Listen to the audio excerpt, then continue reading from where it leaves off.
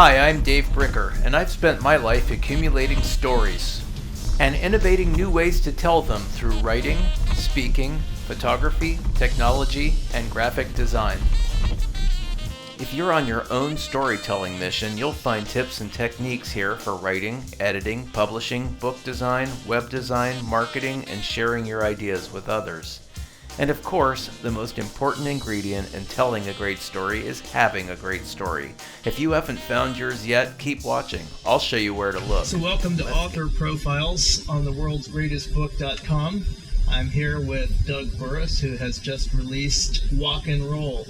Doug, tell me a little bit about what your book is about. The book is about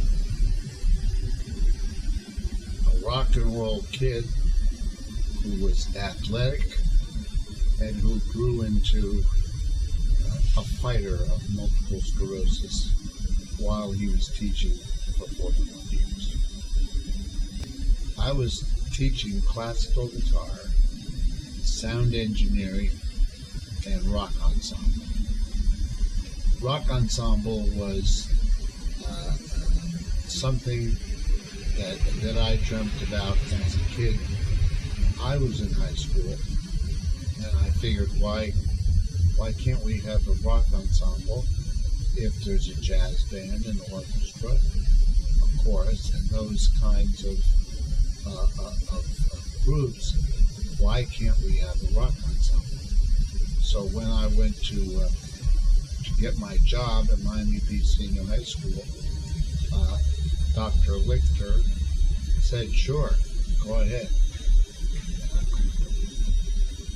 So I ended up teaching rock ensemble as a legitimate, non-garage band, an authentic rock ensemble. We eventually traveled across the country to competitions in Los Angeles, New Orleans, Chicago, and eventually we performed at the Rock and Roll Hall of Fame, and that was, I think, the official crowning achievement of the group. Yes, sir, we did. The first theme concert we did was Dark Side of the Moon, and it really turned out to be something special because we had the opportunity to use our effects. We even did the concert in quadraphonic with 4 different speakers. In the balcony there were 2, and on stage there were 2. But it really turned out to be a wonderful production. The kids worked hard with organizing slides, and you can actually see it on YouTube. That's magnificent. And you also did, I think, Queen, A Night at the Opera, and Sgt. Pepper's by the Beatles.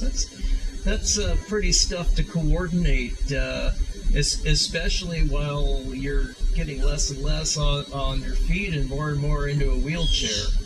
One of the things that struck me about the book, and I'm going to let you do most of the interpreting here, but it was never about, here, I'm Doug, and look, I'm a victim of this condition. It's always been, look, I'm Doug, and this is what I set out to do, and goddammit, I did it.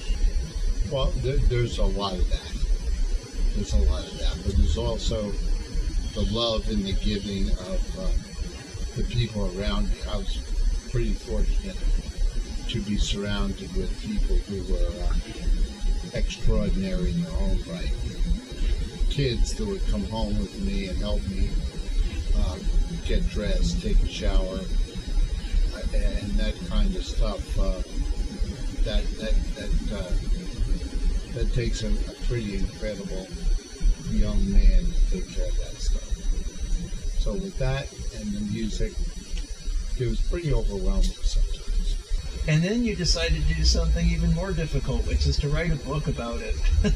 True enough. What made you want to write this story down as opposed to say, I lived this for 41 years and won my trophies and have my friends? What made you want to share the story? Well, when we went to the what happened was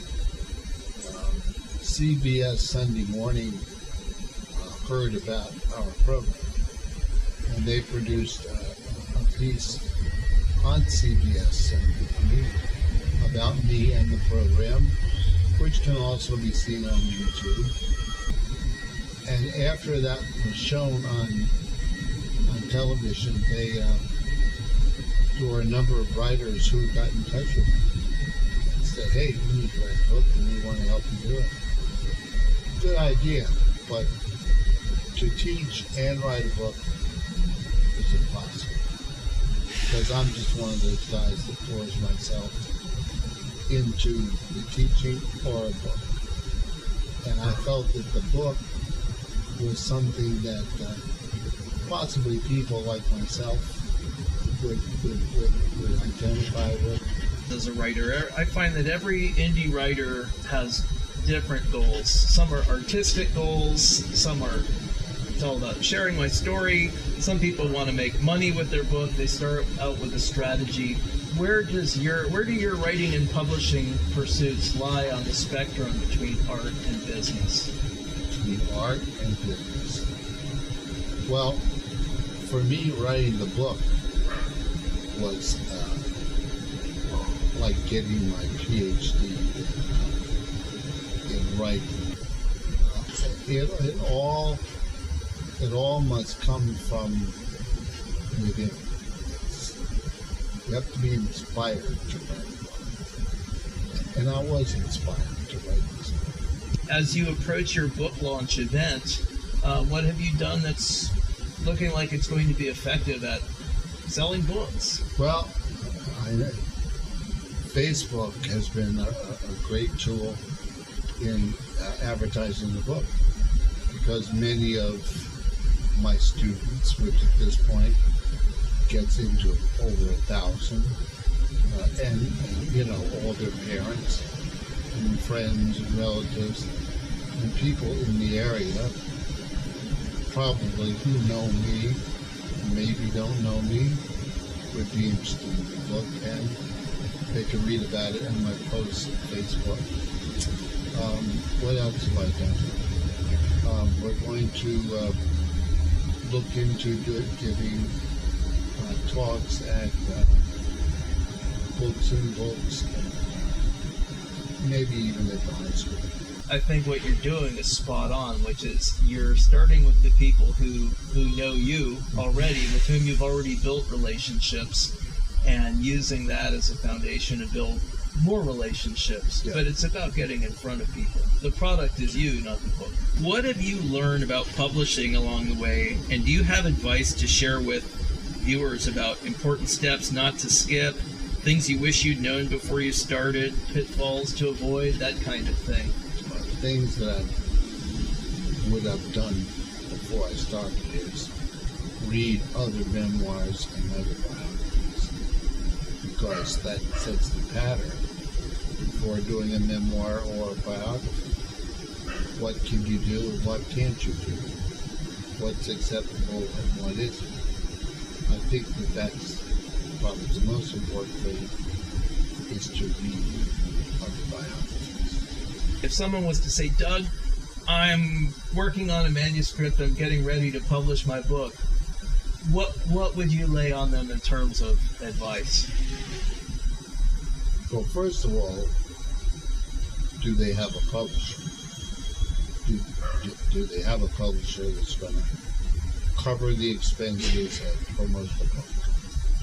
And if you don't, I would suggest that they go into self-publishing. If you're going to go into self-publishing, you can research it, but I would definitely suggest that you get with someone like you, Dave, who knows the way to go through self-publishing, which sounds like it would be easier, but it's a lot of work. What about the design of your book? How important do you think a quality cover is? And what about the typesetting? And what impact do these have on how you feel about your book? I can tell you, when the first prototype arrived, we actually saw in the book, it was like, everybody got like little chills about, yep, there it is, there's a book. And the design of the cover was meaningful and striking with that purple and pink colors with footsteps leading to the wheelchair tracks. But it was an experience I'll never forget, and hopefully there'll be more to come. What transformation do you want readers to achieve when they read your book? Well, I hope that they're somewhat inspired to go out and do whatever they're doing for themselves better. If you're working out, work out harder. If you're struggling with physical disability, go out there and work harder. Do your exercises. Work hard. The gist of the book is to, in many cases, improvise, adapt, and overcome. Don't give up on your dream, whatever that is, and keep working hard to get it, because that's what's happening.